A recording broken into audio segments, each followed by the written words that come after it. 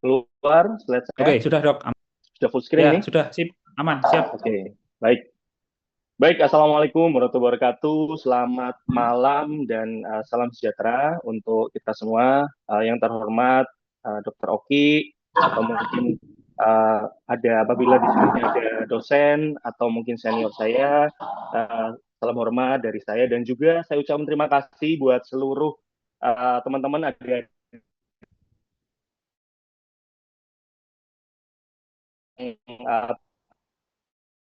tune untuk kuliah pada malam hari ini. Sepenggal beberapa pengalaman saya, nama Sio sesuai dengan yang disampaikan, saya lulus angkatan 2012 PDH dan degree di Hewan Universitas Erlangga juga. Nah, saat saya menjabat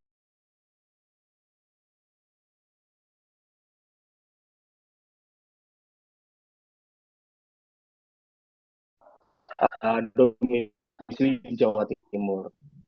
Nah, pada malam hari ini saya akan sharing, kalau kayaknya terlalu kaku ya, jadi saya sharing aja tentang pengalaman saya di Polri pada mata kuliah ilmu ternak ruminansia dan non ruminansia ya di Fakultas Kedokteran Hewan Universitas Erlangga.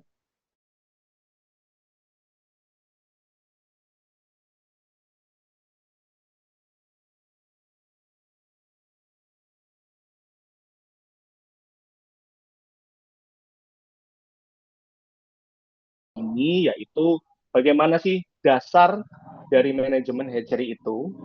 Lalu yang kedua, nanti akan saya gambarkan juga bagaimana perkembangan dari embrio dari ayam terutama atau unggas. Yang ketiga yaitu terkait dengan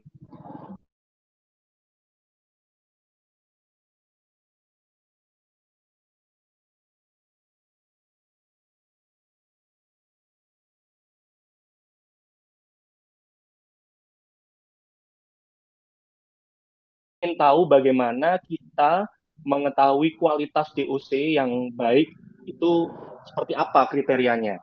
Seperti itu.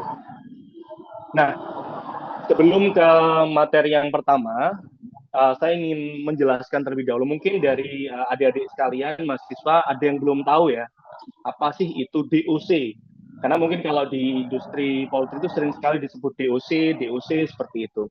DOC ini merupakan day old chick atau ayam yang baru menetas atau ketika ayam itu umur 0 hari, ketika dia diambil dari mesin hatchery atau mungkin menetas secara alami di induk ayam seperti itu. Nah, jadi DOC ini bukan ayam yang umur 2 hari walaupun sama-sama kecilnya ya, tapi adalah ayam yang baru pertama kali menetas. Sehingga kita namakan day old chick seperti itu. Nah, pada poin yang pertama ini saya akan menjelaskan terkait dasar dari manajemen hatchery. Kira-kira apa sih tujuan utama di unit produksi penetasan atau di hatchery ini? Yang pertama tentunya untuk menghasilkan DOC yang berkualitas. Nah, sehingga semakin DOC itu berkualitas, ini memiliki nilai jual yang tinggi ketika kita jual ke customer peternak seperti itu.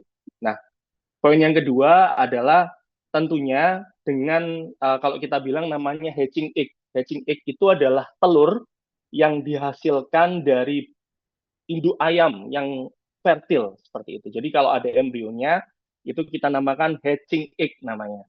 Nah, tidak semua telur yang kita kirim yang dari induk ayam tadi kita kirim ke penetasan itu 100% menetas. Nah, sehingga semakin mendekati 100% menetas, ini akan lebih baik. Sehingga tujuan salah satu untuk produksi penetasan ini adalah menghasilkan jumlah DOC yang optimal. Karena tidak semua telur yang kita kirim di hatchery ini itu menetas 100%. Jadi semakin baik, semakin banyak persentase yang menetas, ini semakin optimal. Nah, tentunya hal ini berpengaruh terhadap biaya produksi. Jadi kalau misalnya biaya produksi itu baik, itu adalah jumlah telur yang menetas atau jumlah hatching egg yang menetas itu semakin mendekati 100%. Lalu bagaimana sih untuk mencapai tujuan tersebut? Nah, tentunya kita tidak hanya berpikiran atau tidak hanya melakukan perbaikan di hatchery saja, hatchery farm saja, tapi tentunya kita harus menghandle breeder atau indukan yang baik, yaitu indukan yang baik itu adalah yang sehat, yang vaksinnya lengkap, lalu yang prima secara postur dan secara body weight-nya atau berat badannya. Nah, tentunya dengan breeder yang atau indukan yang baik ini, tentunya harus didukung dengan teknologi mesin hatchery yang baik seperti itu. Nah, bagaimana sih untuk menghubungkan antara breeding farm yang baik dan hatchery yang baik? Tentunya perlu disupport yang namanya biosecurity yang maksimal. Salah satunya dengan sanitasi yang optimal, terus SOP keluar masuk pekerja uh, yang bekerja di hatchery ini harus benar-benar sanitasi dengan baik, seperti mandi atau mungkin semprot desinfektan, sehingga tidak membawa kontaminasi dari luar, seperti itu. Nah, tentunya diperlukan SOP atau standar operasional prosedur yang sesuai dengan uh, standar dari hatchery tersebut. Nah, kalau di hatchery itu ada yang dikenal dengan one way traffic system in the hatchery. Jadi bagaimana sih jalur atau bagaimana sih jalan mulai dari awal sampai menghasilkan DOC yang baik itu tentunya itu diawali dari proses penerimaan HE atau hatching egg tadi. Nah, ketika proses penerimaan HE tadi atau hatching egg tadi atau telur yang fertil tadi ini tidak langsung diletakkan di mesin. Ada yang namanya holding room atau ruang transit. Nah, tentunya ruang transit ini harus benar-benar steril, harus benar-benar clean, harus benar-benar di biosecurity yang baik, dan suhu dan kelembapan di dalam holding room tadi atau ruang transit ini benar-benar dikendalikan secara suhu dan kelembapannya. Nah, setelah itu, setelah masuk holding room, ini menuju ke mesin yang namanya setter. Nah, pada saat mesin setter ini ada proses inkubasi. Jadi inkubasi ini seperti dilakukan treatment khusus dengan desinfektan supaya mungkin ada bakteri atau virus misalnya yang ada di proses penerimaan atau proses transportasi bahkan sampai ke breeding farm ini tidak sampai masuk ke mesin. Jadi kita inkubasi terlebih dahulu. Nah, setelah di mesin setter, nanti kita menuju yang namanya mesin hatcher atau proses penetasan. Nah, jadi di proses ini itu adalah akhir dari proses hatchery atau proses penetasan. Jadi ketika di mesin hatcher tadi kurang lebih sekitar 3 sampai 4 hari ayam mulai menetas di mesin ini. Nah, sehingga selanjutnya kita kenal yang namanya full chick atau panen anak ayam, panen DOC. Nah, tentunya setelah kita panen, kita lakukan terlebih dahulu grading. Grading ini untuk memilih antara ayam yang abnormal, cacat misalnya, atau berat badannya under misalnya, atau mungkin ada kesehatan dari sisi fisik yang tidak baik, ini kita lakukan afkir.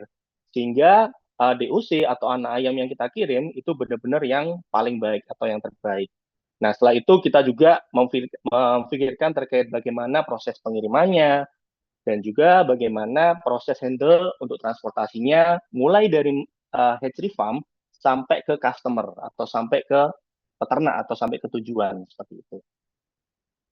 Nah, lalu apa saja sih faktor-faktor yang mempengaruhi performa?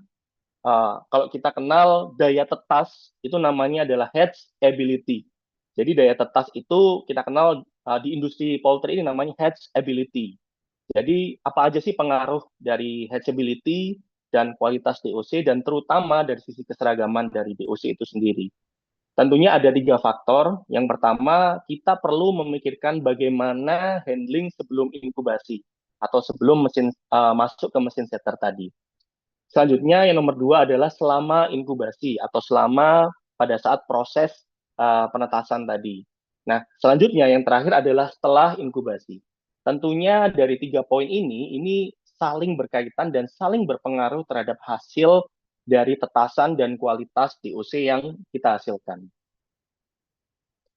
Nah, poin yang pertama terkait dasar manajemen hatchery ini adalah performa dari breeding farm. Nah, kalau teman-teman adik-adik mahasiswa belum tahu, breeding farm ini adalah induk farm, induk dari anak-anak ayam ini, atau kita kenal dengan parent stock. Jadi parent stock ini adalah induk dari telur atau anak ayam yang menghasilkan anak ayam tadi atau menghasilkan DOC tadi. Ini namanya adalah parent stock. Nah, farmnya itu namanya breeding farm atau kita kenal dengan breeder seperti itu. Jadi kalau adik-adik belum tahu. Nah, tentunya kita perlu melakukan handle atau perlu melakukan sesuatu treatment mulai dari nutrisi pakannya, mulai dari program kesehatannya yang meliputi dari vaksinasi, sanitasi lingkungan di dalam kandang, dan biosecurity pekerja yang ada di sana.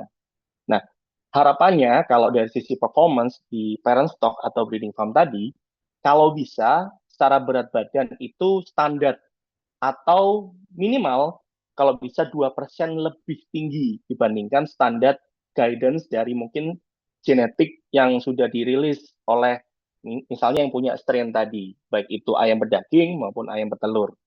Nah, ini kita kenal yang namanya rearing. Rearing ini adalah fase ayam di fase awal, yaitu fase starter. Kira-kira ya umur 0 sampai 8 minggu, itu namanya fase rearing.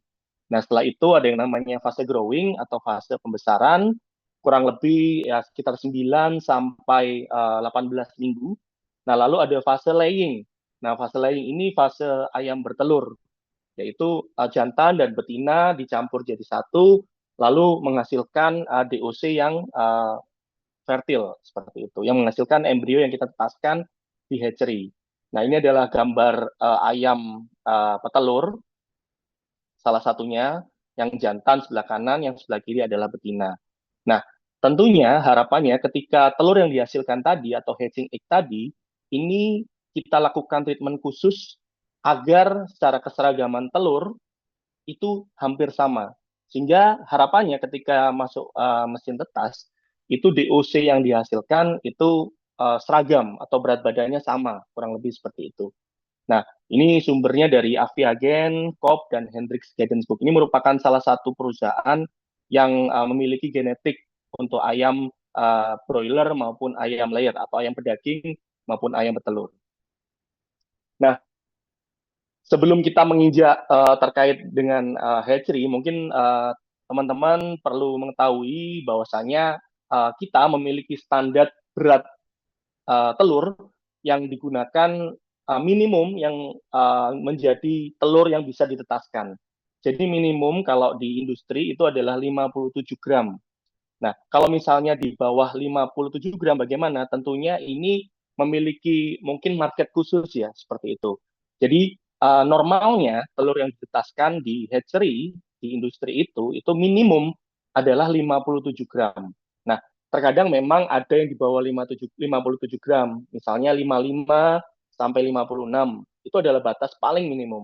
Tapi kita kenal di industri itu yang namanya telur dari bibit muda, telur yang dihasilkan dari indukan yang muda. Indukan yang muda itu rata-rata umurnya di range di bawah 35 minggu. Itu adalah indukan muda.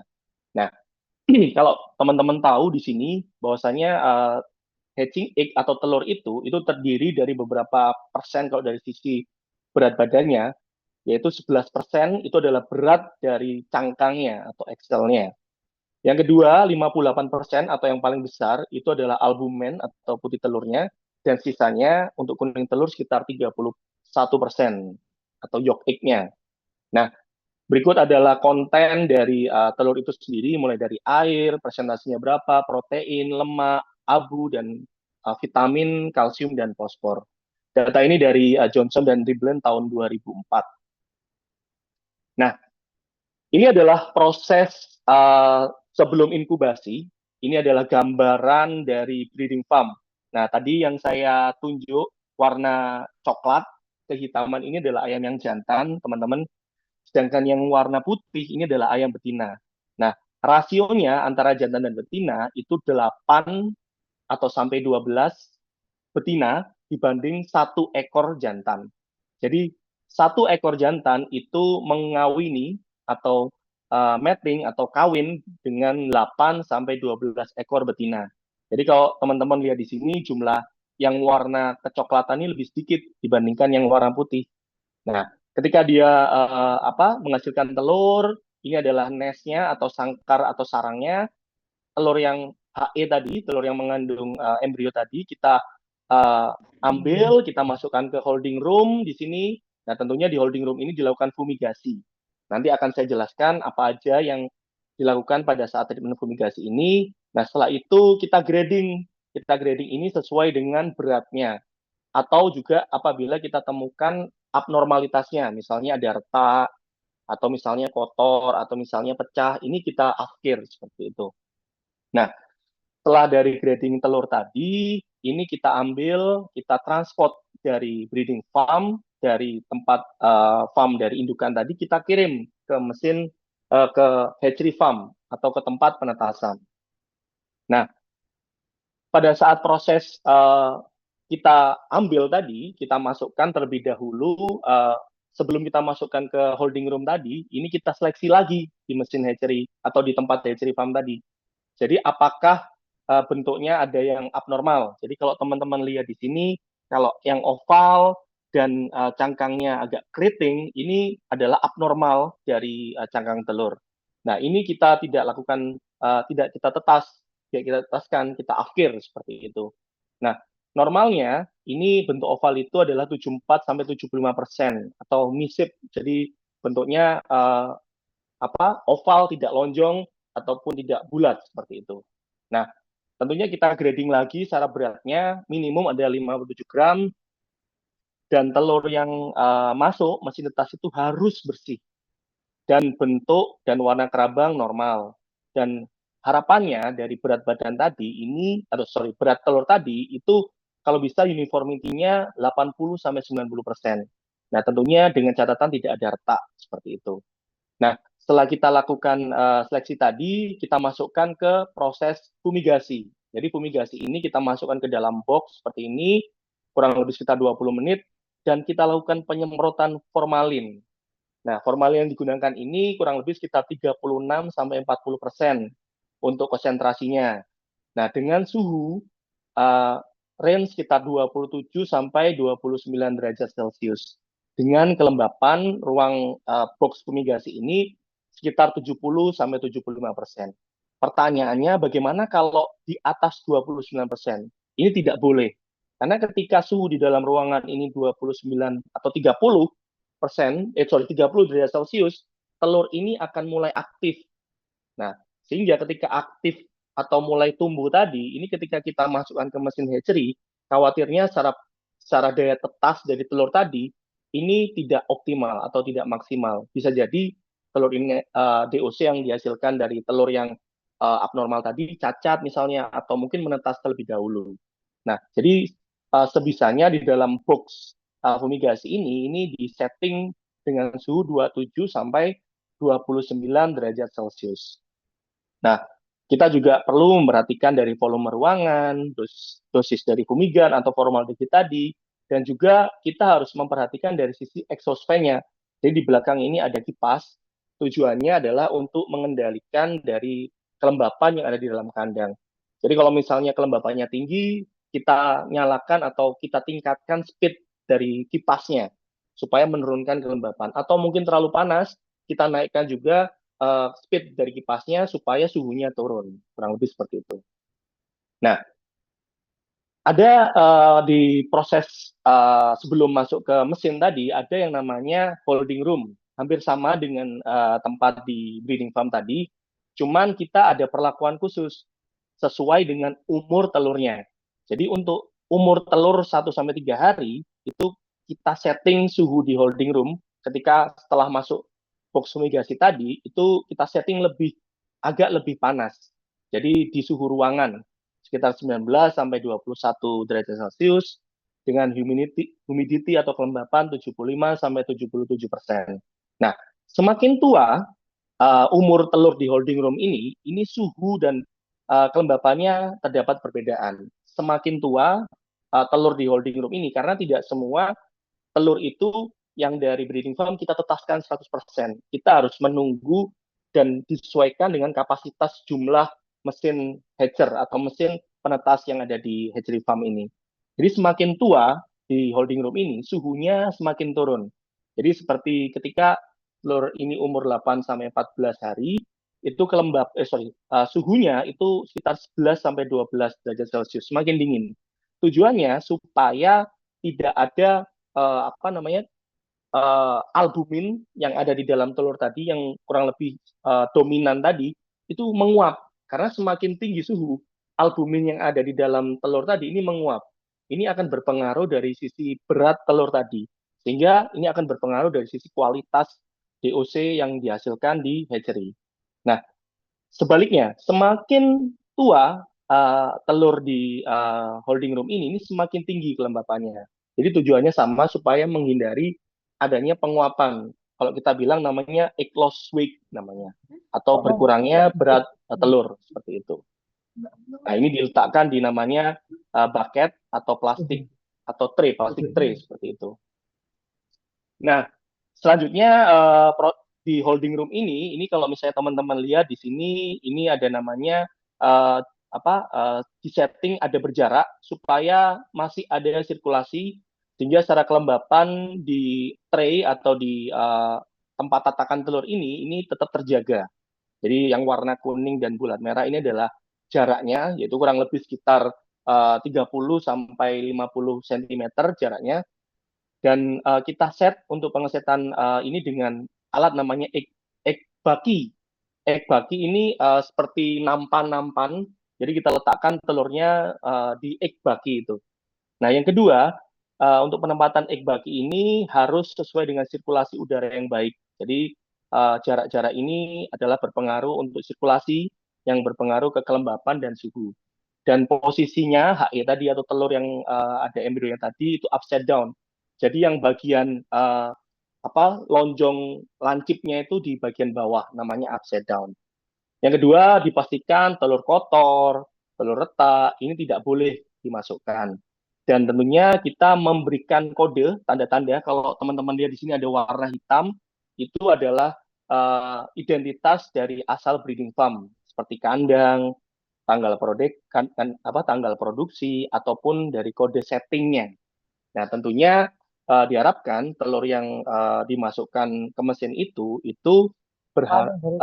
berasal dari satu strain atau genetik yang sama. Jadi misalnya telur dari strain COB, misalnya ayam broiler, ini tidak boleh dicampurkan strain yang lain seperti itu.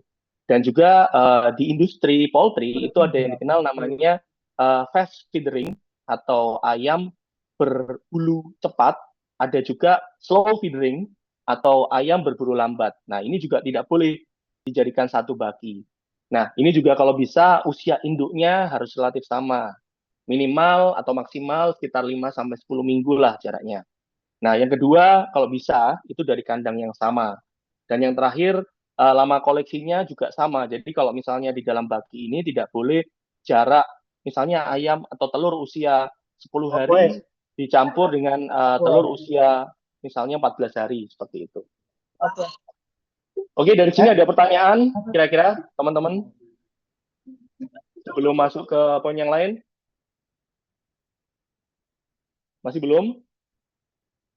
Oke, saya lanjut ya. Nah, salah satu pengaruh dari penyimpanan HI ini adalah kalau kita menekan dari pH dari albumen. Jadi pH yang normal yaitu kurang lebih sekitar 7,5 dan semakin tua itu semakin menambah. Nah, diharapkan dengan pengendalian suhu tadi ini tidak terjadi proses penambahan dari pH albumen seperti itu. Ini akan membuat secara kualitas telur yang dihasilkan ini akan menurun. Tentunya yang tadi saya sampaikan ada egg loss tadi karena albumen menguap seperti itu. Sehingga albumen menipis berpengaruh ke berat telur. Tentunya ini akan berpengaruh juga dari sisi blastoderm dan juga banyak nantinya akan ditemukan embrio yang akan mati dan harapannya kalau misalnya kita handlingnya akan baik itu kurang lebih masa inkubasinya itu sekitar 1 jam untuk per hari penyimpanannya. Jadi kalau bisa secepat mungkin semakin baik. Nah, apabila lebih dari 4 hari ini akan berpengaruh terhadap penurunan hatchability atau daya tetas dari telur.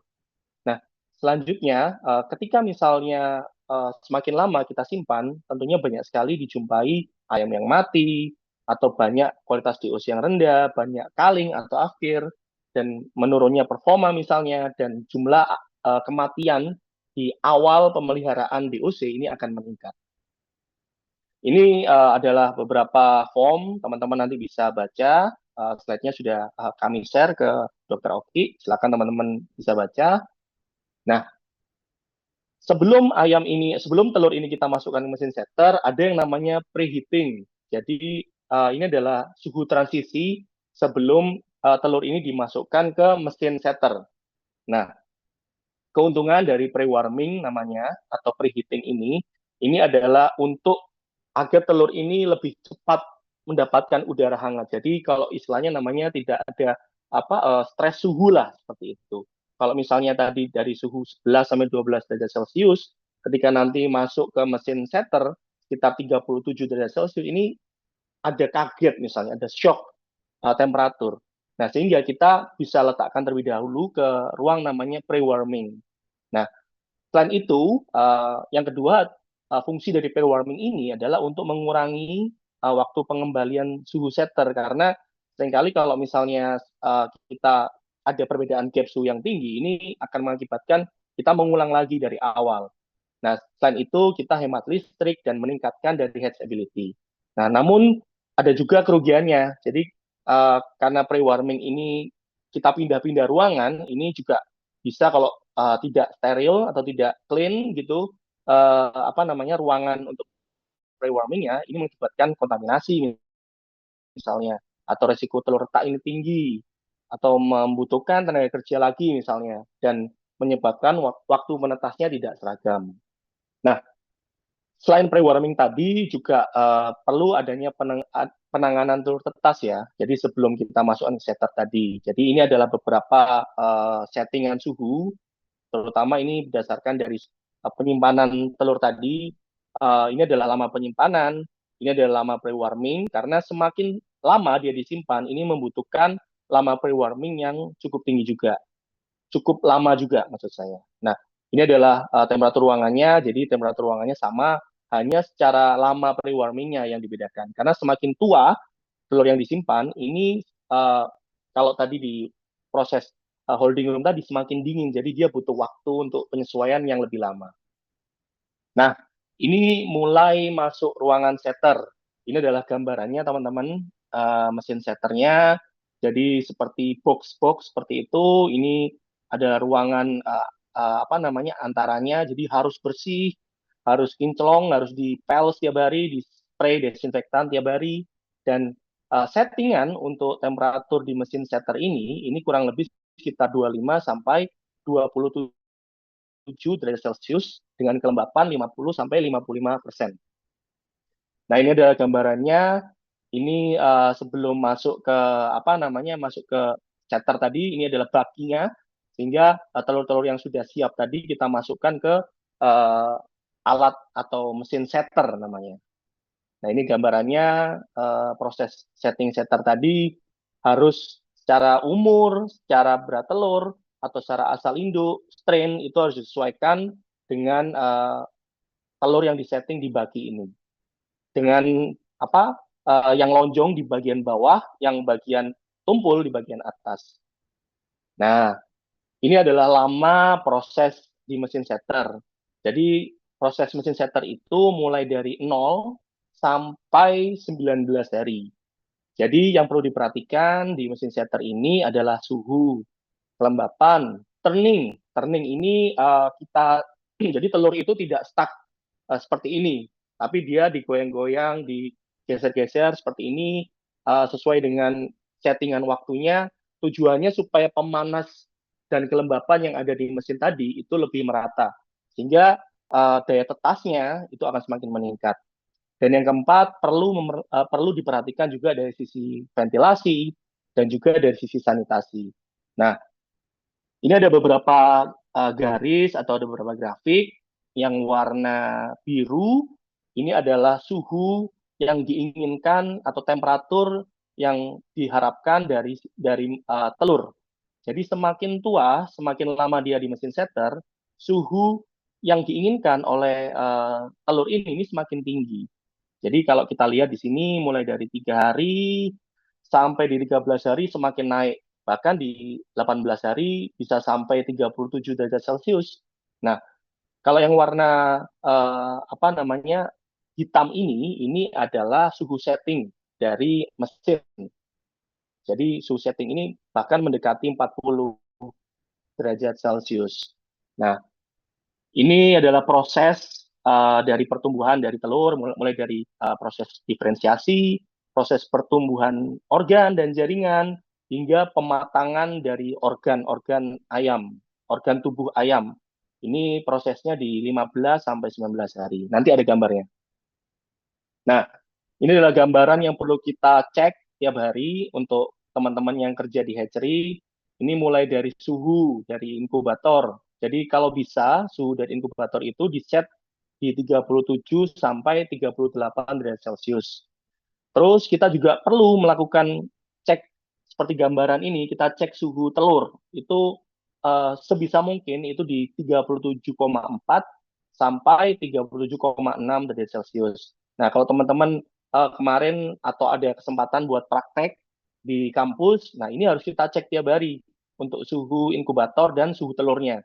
Kalau misalnya di bawah ini, berarti kita harus naikkan suhunya. Nah, kita juga perlu melakukan pemeriksaan kerabang kerabang telur, apakah ada yang crack atau enggak, atau ada yang retak atau enggak, dan suhunya juga kita cek, yaitu range di 37,6 sampai 37,9 derajat Celcius. Nah, begitu juga sebisa mungkin kita sebelum 36 jam sebelum dia menetas, kita harus memastikan poin-poin ini harus berjalan Ya, dengan ini sebentar. baik. Ada atas. Oke, selanjutnya kita perlu juga nih, selain suhu, kita cek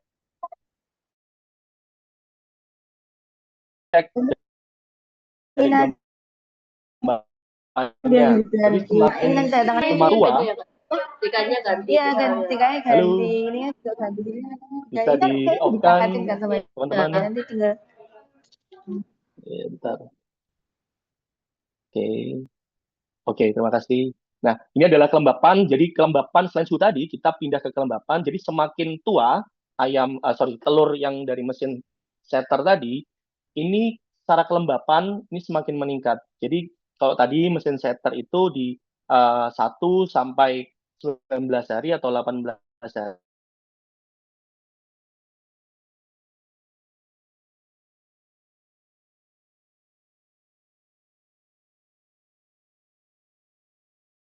Nah, kita membutuhkan kelembapan yang lebih tinggi, dinaikkan dari 55.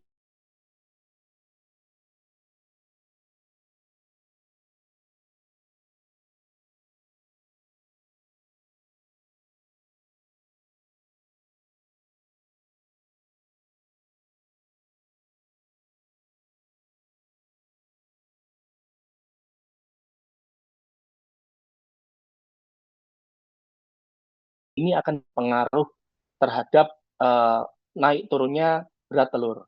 Nah, rekomendasinya untuk mencapai weight loss tadi, kalau bisa ini ada beberapa grade nih. Kalau induk muda kurang lebih sekitar 28 minggu sampai 35 minggu, itu kalau bisa idealnya loss-nya itu adalah 11%. Loss dari telurnya. Nah, kalau induk medium sekitar 35 sampai 38 minggu itu 12%. Nah, semakin tua itu biasanya semakin tinggi karena dari kerabang telurnya semakin tipis. Nah, ini sangat peka sekali terhadap suhu dan kelembapan. Biasanya loss-nya akan semakin tinggi karena kerabangnya tipis dari induk yang tua tadi. Nah, ini yang turning atau yang bucketnya miring-miring seperti ini. Nah, ini rata-rata kemiringannya sekitar 42 sampai 45 derajat kemiringannya. Jadi dia akan tiap 1 jam sekali, dia akan miring seperti ini, lalu kembali ke flat, lalu akan miring lagi, seperti itu. Tujuannya supaya kelembapan dan kerataan dari panas dan kelembapan tadi itu lebih merata. Dan juga mencegah adanya penempelan embrio di membran sel. Dan tentunya harapannya ketika dia tidak menempel tadi, ini nutrisi yang ada di telur tadi bisa dimanfaatkan oleh embrio.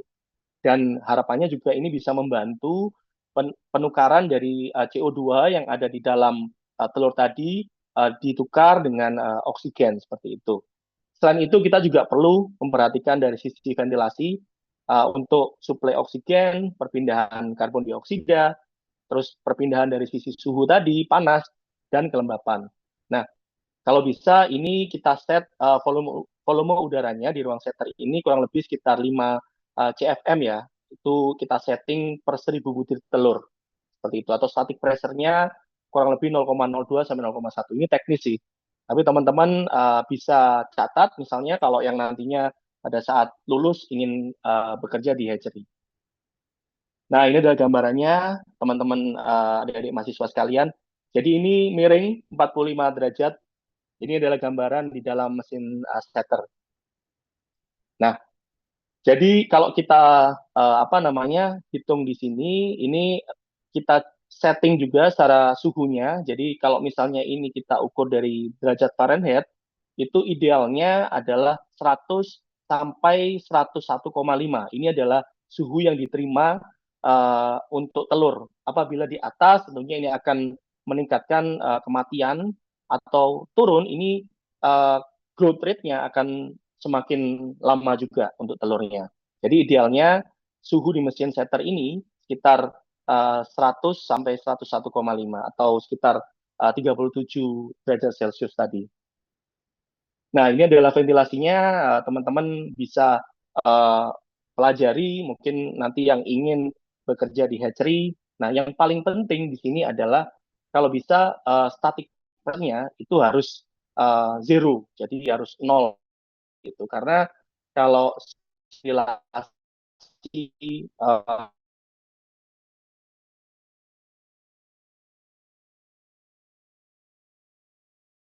dari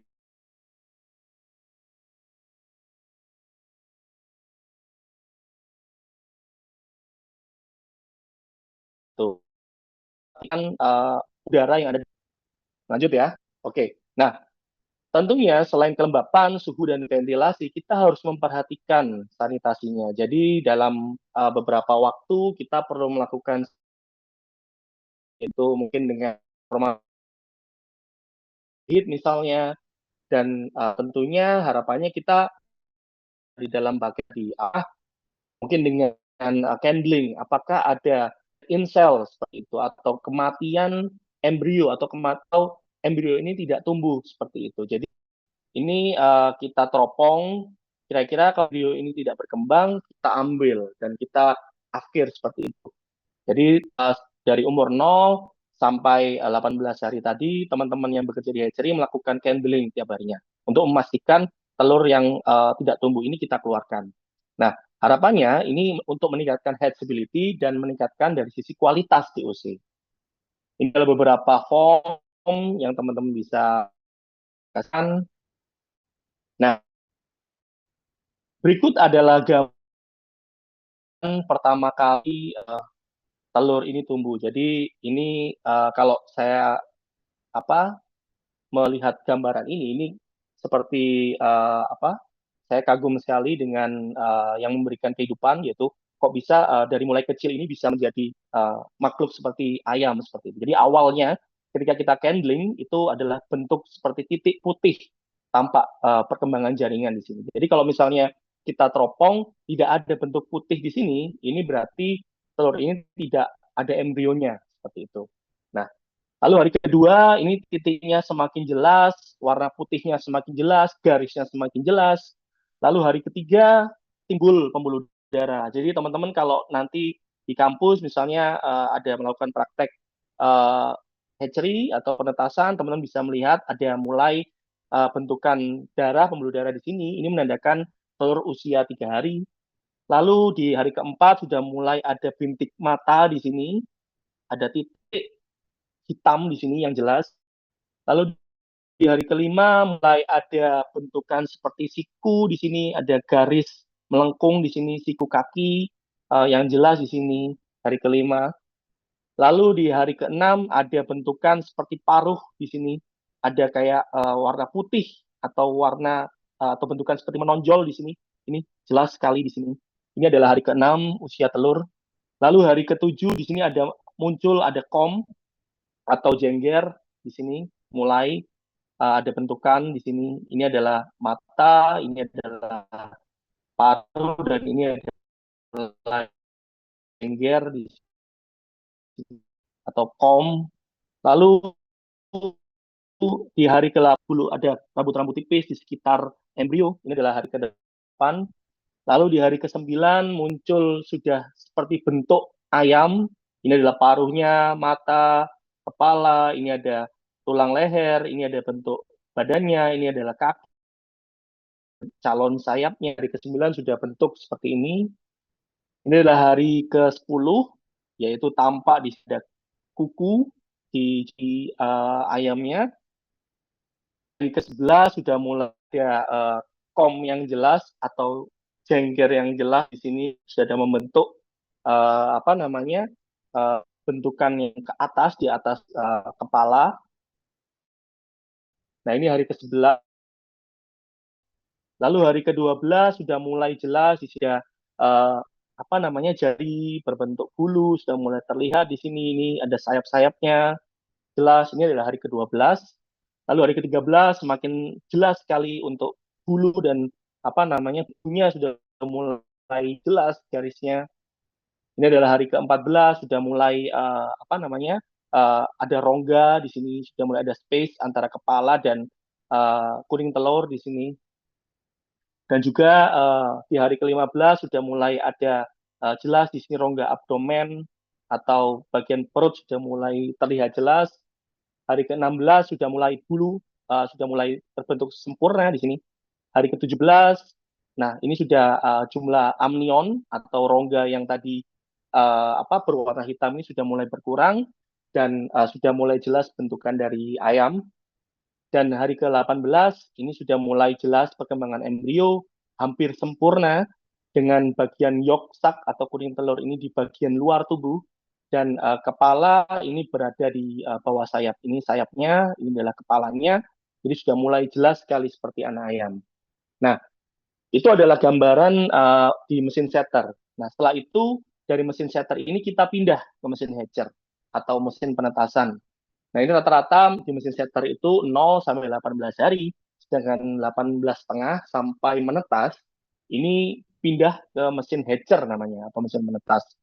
Nah, ini kita perlu melakukan dari sisi ketepatan waktu harus benar-benar tepat, terus settingan suhu, kelembapan, ventilasi, pertukaran CO2 dan oksigen harus benar-benar baik seperti itu. Dan perlu kita melakukan sanitasi dan biosecurity yang baik juga. Nah, juga melakukan fumigasi sebelum kita pindah ke mesin hatcher, kita lakukan di mesin hatcher proses fumigasinya dan kita harus memastikan bahwa mesin hatcher sebelum telur ini digunakan ini harus benar-benar kita cuci dengan bersih dan benar-benar steril. Nah, selanjutnya pada saat selesai kita harus melakukan kalibrasi dan perawatan mesin yang teratur. Nah, sebelum telur dari mesin setter ini kita pindah ke mesin hatcher, kita harus melakukan candling lagi. Jadi kalau misalnya kita masih temukan telur yang nggak tumbuh atau infertil seperti ini kita langsung afkir. Nah, kita memastikan terlebih dahulu bahwasannya bentukan embrio itu yang seperti di umur 18 hari tadi sudah berbentuk ayam. Apabila di dalam telur tadi pada saat kita candling ini tidak berbentuk seperti ayam tadi, kita harus melakukan afkir seperti itu agar tidak mengganggu proses penetasan telur-telur yang normal. Nah, ini adalah gambaran mesin hatchernya. Nah, ini kita kalau tadi tray, kalau kita masukkan ke baki tadi, ini kita pindah ke model bus atau ke apa namanya keranjang itu. Ini kita masukkan keranjang ke keranjang. Nah, gambarannya seperti ini. Mau menekan ini bisa dikasih silahkan. Nah, ketika ayam umur 21 hari atas, mulailah ayam ini melakukan piping atau cangkangnya. Jadi dia patuk mulai dari lubang segini, semakin lebar lubangnya, hingga ayam ini cangkangnya, sehingga ketika dia menetas, ini adalah bentukan ayamnya. Contoh DOC atau anak ayam layer. Jadi warna anak ayam layer ini biasanya coklat seperti ini. Kalau ayam berdaging atau broiler warnanya putih, jadi jangan ketuker ya. Jadi kalau coklat ini adalah DOC dari indukan ayam petelur. Nah, ini adalah proses penetasan. Setelah menetas, kita melakukan yang namanya pulcik atau panen anak ayam. Nah, ketika kita ambil anak ayamnya, kita lakukan grading, kita lakukan treatment khusus misalnya, kita keringkan dengan kipas supaya misalnya tadi ada sisa-sisa telur misalnya bisa kering seperti itu, dan kita pastikan bahwa DOC yang kita kirim atau kita produksi ini benar-benar berkualitas. Nah, tentunya ini berpengaruh sekali terhadap breakout analisisnya untuk berapa jumlah ayam yang tidak menetas. Semakin mendekati 100% yang menetas, itu semakin baik. Nah, sebelumnya ketika nanti kita kita kirim, ini kita pastikan terlebih dahulu bagaimana pengemasannya dan proses distribusi DOC-nya. Nah, idealnya kalau pulcik time itu kondisi normalnya itu idealnya sekitar 492 sampai 496 jam khusus untuk ayam broiler. Kalau yang layer itu 502 sampai 504 jam. Jadi ini dibagi 60 menit ya. Nah itu dibagi 24 jam ya, kira-kira kurang lebih teman-teman bisa menghitung secara harinya berapa. Nah, broiler ini memang lebih cepat menetasnya dibandingkan ayam layer. Karena dia secara genetiknya atau secara strain-nya dia cepat sekali tumbuh, mulai dari DOC sampai ketika jadi ayam dewasanya. Nah, kalau bisa bulu basah atau bulu sekitar leher ini yang masih basah itu kalau bisa di bawah 10%. Semakin rendah, semakin baik. Misalnya di bawah 5% itu semakin baik. Berarti proses dari penetasan tadi ini berjalan baik seperti itu. Dan pusar atau navel ini sebisa mungkin harus menutup dengan baik. Karena ketika ini terbuka, ini akan menjadi akses bakteri yang ada di luar itu masuk ke dalam pusar sehingga menginfeksi rongga perut atau menginfeksi kuning telur pada DOC ini. Jadi kalau misalnya itu tertutup sempurna, bakteri atau maupun kontaminasi yang ada di luar ini tidak bisa atau kecil sekali bisa menginfeksi ke dalam rongga saluran pencernaan atau rongga perut dari DOC ini. Nah, kondisi perut harus normal, tidak belly atau tidak besar seperti itu. Dan tentunya box yang kita gunakan idealnya harus box plastik dengan suplai udara segar pada saat pulcik ini yang optimal. Kalau dia kepanasan atau dia terlalu lembab, khawatirnya stres di DOC akan tinggi. Nah, ini adalah salah satu contoh formnya yang bisa teman-teman duplikasi, silahkan. Nah, ini adalah proses grading. Jadi ini masih sama seperti di setter tadi, ada jaraknya. Jadi antara basket atau keranjang ini ada jaraknya. Tujuannya agar sirkulasi dari udara masing-masing basket ini baik, sehingga DOC yang ada di basket ini tidak mengalami stres seperti itu. Idealnya pada saat proses grading DOC ini, idealnya suhunya sekitar 24 sampai 26 derajat Celcius dan kelembapan kurang lebih sekitar 60 sampai 70%. Dan kalau bisa kecepatan angin pada ventilasi ini harus kita atur kurang lebih sekitar 12 CFM atau sampai 20 CFM. Ini adalah contoh salah satu merek DOC yang ada di Indonesia. Nah, pada saat kita grading DOC, kira-kira kita perlu memperhatikan apabila kita ingin grading jantan dan betina. Nah, biasanya kalau DOC jantan itu dia biasanya bulu pelindungnya atau bulu bulu yang batangnya ini lebih panjang dibandingkan bulu yang ujungnya ini. Ini biasanya ciri khas dari DOC yang jantan. Tapi lebih efektif, lebih akurat lagi, kita bisa melihat dari keloakannya. Tapi memang ini membutuhkan keterampilan ya bagi pekerja yang bertugas untuk sexing. Nah, kalau betina biasanya dia lebih pendek dan bulu yang primernya ini lebih panjang seperti itu. Ini adalah gambaran pada saat proses grading, kita pindah dari basket plastik, kita pindah ke basket kertas atau kardus seperti ini. Dilakukan kurang lebih sekitar 2 orang. Nah, setelah itu pada saat pulcik ini, nah ini adalah perbedaan teman-teman antara DOC betina dan DOC jantan. Biasanya DOC betina itu atau layer itu warnanya coklat seperti ini, sedangkan yang jantan untuk DOC layer itu warnanya putih seperti ini. Hampir sama seperti DOC broiler, warnanya putih juga. Jadi jangan salah. Nah, ini adalah salah satu contoh kalau di DOC layer mudah untuk membedakan jantan dan betina. Kalau jantan itu warnanya kuning atau keputihan, sedangkan betina ini warnanya kecoklatan. Kalau DOC broiler, teman-teman bisa melihat dari sisi bulu yang ada di sayap tadi.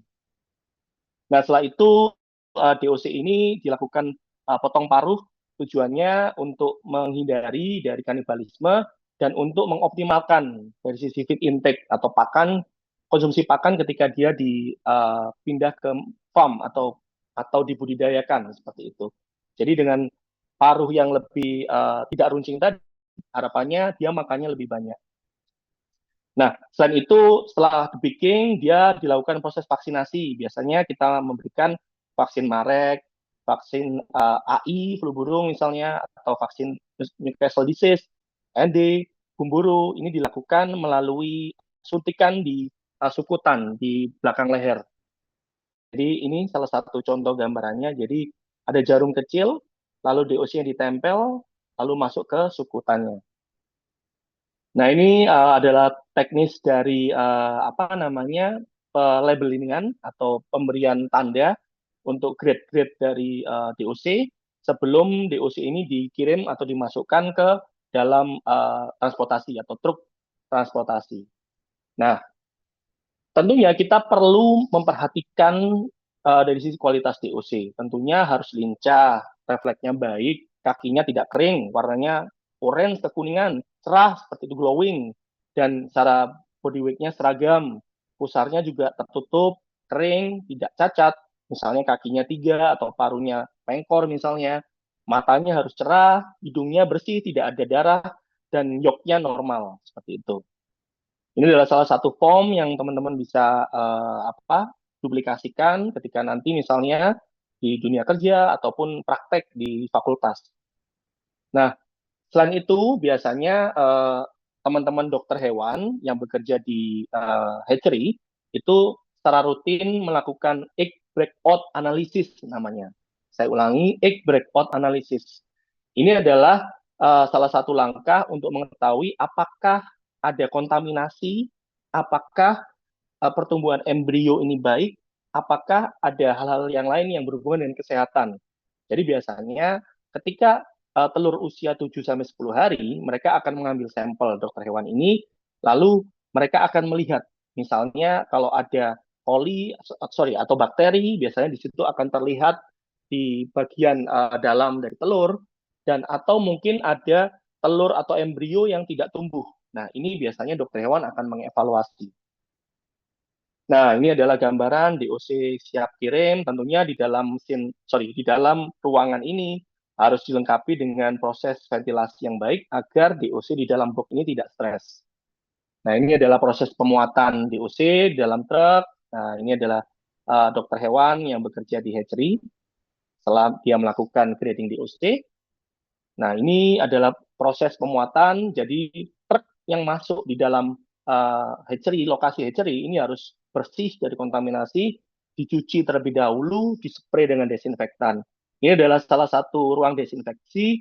Jadi ini ada nozzle atau ada lubang yang menyemprotkan semacam kayak desinfektan di situ. Jadi bagian luar semprot, bagian dalam juga disemprot. Nah, satu kriteria tadi yang bisa digunakan untuk menilai kualitas DOC, yaitu mulai dari kelincahan DOC, bulu tidak kusam, lalu uniformity sebisa mungkin harus 80% ke atas, pusar kering, fisik normal, aktif dan cepat beradaptasi, dan sisi dari kakinya tidak kering dan warnanya kuning cerah seperti itu. Nah, ini juga akibat misalnya kalau kita kualitas DOC tidak baik, biasanya kematian di minggu awal akan tinggi karena DOC itu biasanya perlu untuk kekebalan yang dilakukan seperti vaksinasi di awal tadi. Ini adalah salah satu vaksin yang diberikan mulai dari vaksin Newcastle disease, infectious bronchitis, gumboro atau IBD, dan avian encephalomyelitis, dan mungkin ada tambahan lagi marek dan flu burung atau AI. Nah, tentunya harapannya ini tidak mengandung bakteri ya, seperti Salmonella pullorum atau Mycoplasma. Nah, ini adalah harapannya ketika ayam ini sudah di farm, itu idealnya secara kematian itu harus di bawah 1% di umur 7 hari ke atas. Harapannya ya, tapi memang menurut jurnal Poultry Science itu 4,3% itu adalah nilai maksimal depresi atau mortality di 7 hari awal. Tapi rata-rata kalau di industri itu harus di bawah 1%. Nah, ini adalah salah satu contoh kita untuk mengidentifikasi kematian di 7 hari awal. Jadi kalau misalnya kematian itu dari awal tinggi, lalu turun, tapi di 7 hari awal ini biasanya diakibatkan karena salah satunya adalah abnormalitas dari awal atau dari mesin hatcher seperti itu. Nah, kalau misalnya di 1-2 hari normal misalnya, lalu di hari ketiga, 4, ketika di farm in kematiannya tinggi, ini adalah salah satu akibat DOC ini mengalami dehidrasi. Baik itu dehidrasi pada saat transportasi maupun dehidrasi pada saat di hatchery. Nah, ini adalah salah satu contoh tren kematian akibat karena infeksi bakteri. Jadi biasanya di umur 1 hari udah langsung tinggi kematiannya, 2 hari semakin tinggi, tapi ketika di 4-5 hari mulai turun. Nah, ini biasanya kemungkinan ini diakibatkan karena infeksi bakteri pada saat di hatchery maupun di breeding farm, diakibatkan karena kontaminasi dari bakteri. Nah, ini adalah salah satu pola kematian yang diakibatkan sama juga dari bakteri juga. Biasanya di awal mati lumayan tinggi, hari kedua juga akan tinggi, tapi semakin hari semakin tinggi. Ini salah satu akibat dari kontaminasi bakteri yang sangat tinggi. Jadi di umur 14 hari pun kematiannya masih tinggi. Nah, ini adalah salah satu contoh pola kematian karena reaksi vaksin. Biasanya kalau inspektor atau operator vaksinnya kurang baik, itu biasanya banyak yang tidak tepat di subkutannya. Biasanya dia akan menyerang saraf atau menyerang bagian muskular di bagian leher. Itu biasanya di umur 6-7 hari kematiannya akan tinggi. Ini adalah salah satu respon dari akibat vaksin. Nah, jadi kesimpulan pada kuliah tamu atau sharing malam hari ini adalah yang pertama, untuk menghasilkan DOC atau anak yang baik itu juga diperlukan performance induk yang baik juga. Nah, untuk inkubasi dari telur yang fertil tadi, yang atau kita kenal dengan hatching egg tadi, itu harus benar-benar sesuai dengan standar. Caranya bagaimana? Kita harus bikin secara SOP-nya bagaimana. Nah, untuk pencapaian dari secara usia yang baik itu kalau bisa sekitar 11-13%. Nah, baik secara berat DOC-nya ini kita gap untuk berat DOC-nya kalau bisa kita setting uniformity-nya sekitar 65-70%. Kalau bisa, kalau optimal lagi 80% ke atas. Nah, normalnya waktu menetas kalau bisa di mesin hatcher itu kurang lebih sekitar 36 jam. Jadi kurang lebih 20 plus 20 hari plus ini sudah menetas DOC-nya. Nah, pada saat kita melakukan pulcik, itu kita seoptimal mungkin maksimum 5% jumlah kebasahan di leher ini, di bulu bagian leher ini, kalau bisa maksimum 5%. Kalau misalnya lebih dari itu, kita harus melakukan proses pengiringan terlebih dahulu sebelum dikirim. Jadi kita ciptakan kondisi ruangan yang baik untuk DOC, dan proses pengiriman juga kita kondisikan terlebih dahulu mulai dari truk, proses teknis pengepakan hingga sampai ke kandang, sehingga ketika masuk ke brooding atau ketika masuk ke kandang ini DOC bisa tersebar dengan sudah tersedianya tempat makan dan tempat minum yang baik seperti itu. Oke. Jadi mungkin itu dari saya, mungkin ini adalah sepenggal dari Mbak Nana, mungkin buat kita semua, teman-teman adik-adik mahasiswa, bahwasanya ingatlah kehidupan kampus itu dengan terus mengasah. Jadi teman-teman jangan terlalu fokus ke satu hal dulu. Jadi kita cari tahu banyak hal dulu, bagaimana industri atau bagaimana profesi dokter hewan itu. Nah, tujuannya supaya nanti ketika kita lulus kita udah bisa memilih dan kita memiliki pengalaman yang banyak pada saat di dunia kampus dan jangan banyak habiskan waktu untuk berkeluh kesah. Ini quote dari Mbak Nana. Nah, yang kedua, ini adalah gambaran dari kandang broiler. Wah, ini kurang lebih sekitar 4 kilo ayamnya. Ini gambaran close house untuk kandang broiler farm. Dan ini adalah telur dari ayam petelur yang dihasilkan, yang baik, warnanya seperti ini, glowing. Dan ini adalah kuning telur dan putih telur yang baik ketika kita crack, kita tetas, kita buka. Jadi kompak seperti itu. Ini adalah quote juga dari Mbak Bernadia, yaitu ku bisa salah, maka itu jelaskanlah di mana letak yang tak kau suka. Jadi silahkan apabila ada teman-teman mau bertanya atau mungkin saran, saya terbuka dengan itu. Mungkin sekian dari saya akhiri, saya kembalikan ke Dr. Oki, saya akhiri, wassalamualaikum warahmatullahi wabarakatuh. Waalaikumsalam warahmatullahi wabarakatuh. Ya, baik. Terima kasih sekali atas waktu dan presentasi yang sangat menarik. Jadi saya ikut belajar juga ini. Saya tidak berpaling sedetik pun begitu ya. Jadi saya ikut memperhatikan dan ikut banyak menyerap ilmu dari praktisi profesional di bidang perunggasan begitu. Nah, sekarang saya minta untuk menyalakan kamera. Jadi jika ada yang ingin didiskusikan, silahkan raise hand dan langsung disampaikan kepada Dr. Henry. Oh, banyak. Ya, ya, ya. 1, 2. Oh, banyak sekali nih. Tadi mulai dari Muhammad Khairul Huda, selanjutnya Riza, Beatrice, Santika, Veronica, dan Elisa. Ya, silakan. Muhammad Khairul Huda terlebih dahulu. Oke, mungkin assalamualaikum warahmatullahi wabarakatuh. Selamat malam, Dr. Oki, terus Dr. Henry. Saya izin bertanya, Dok. Ini terkait tadi untuk sistem penetasan. Nah, apa yang dilakukan oleh pihak hatchery ketika mungkin saat penetasan setelah dilakukan treatment yang sudah dikatakan tadi, namun ada telur yang menetas terlebih dahulu, itu apa yang akan dilakukan oleh pihak hatchery, Dok? Misal ada yang kecolongan seperti itu. Mungkin itu saja pertanyaan dari saya. Ya, mungkin satu persatu aja ya, biar terjawab semuanya begitu. Silakan, monggo Dr. Henry. Ya, baik. Terima kasih, Mas. Kayaknya saya familiar sama yang tanya barusan. Saya pernah ketemu di klub Ubur waktu itu ya. Saya familiar. Ya, terima kasih, Mas. Jadi memang ini sering terjadi. Memang ini merupakan resiko apabila kita pekerja di hatchery ini kurang begitu teliti. Nah, itu dinamakan explode, Mas. Jadi telur ini pecah seperti itu. Jadi kalau telur ini kelolosan, misalnya telur yang nggak tumbuh, ini akan menjadi sarang dari bakteri. Nah, hasil dari metabolisme bakteri ini salah satunya adalah gas. Nah, ketika gas ini bakteri ini semakin tumbuh, pun juga gas yang ada di dalam telur ini juga akan tumbuh. Nah, biasanya ini akan explode atau meletus seperti itu. Nah, ketika ini meletus, ini akan mengkontaminasi telur yang ada di sekitarnya.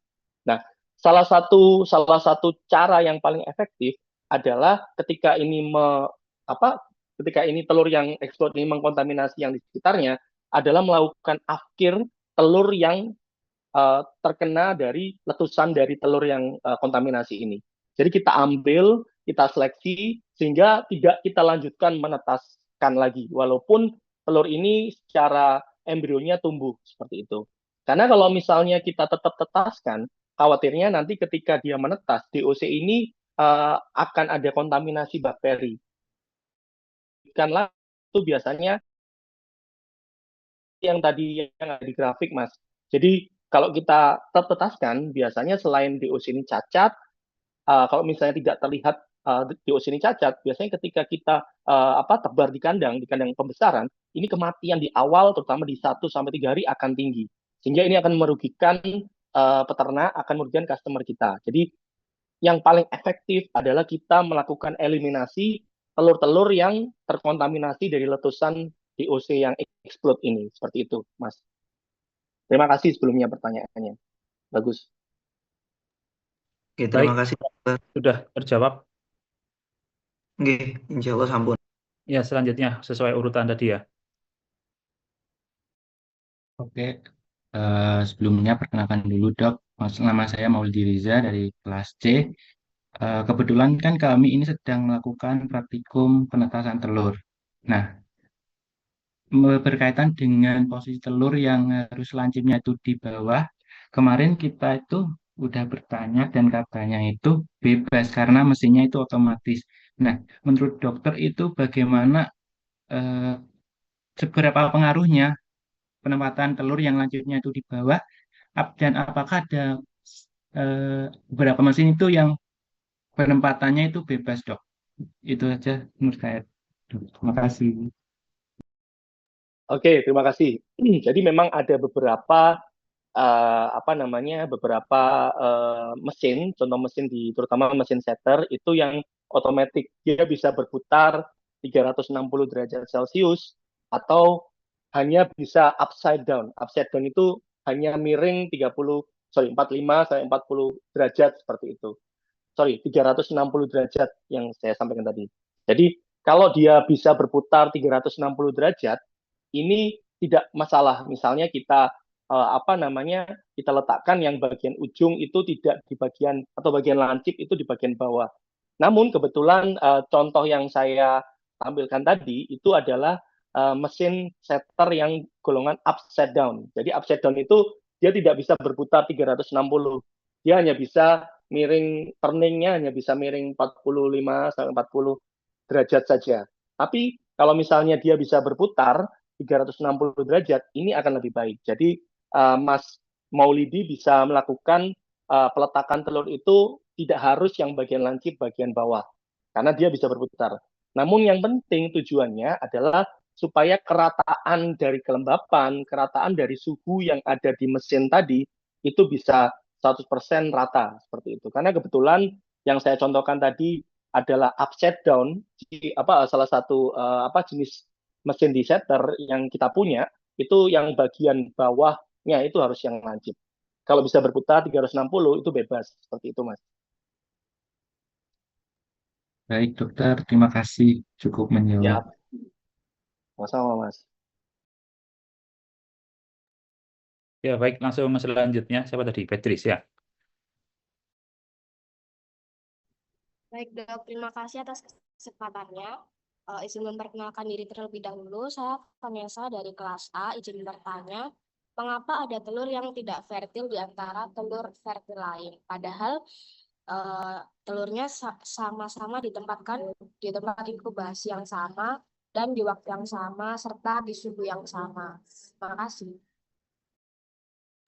Baik, terima kasih Mbak Vanessa. Jadi kita memang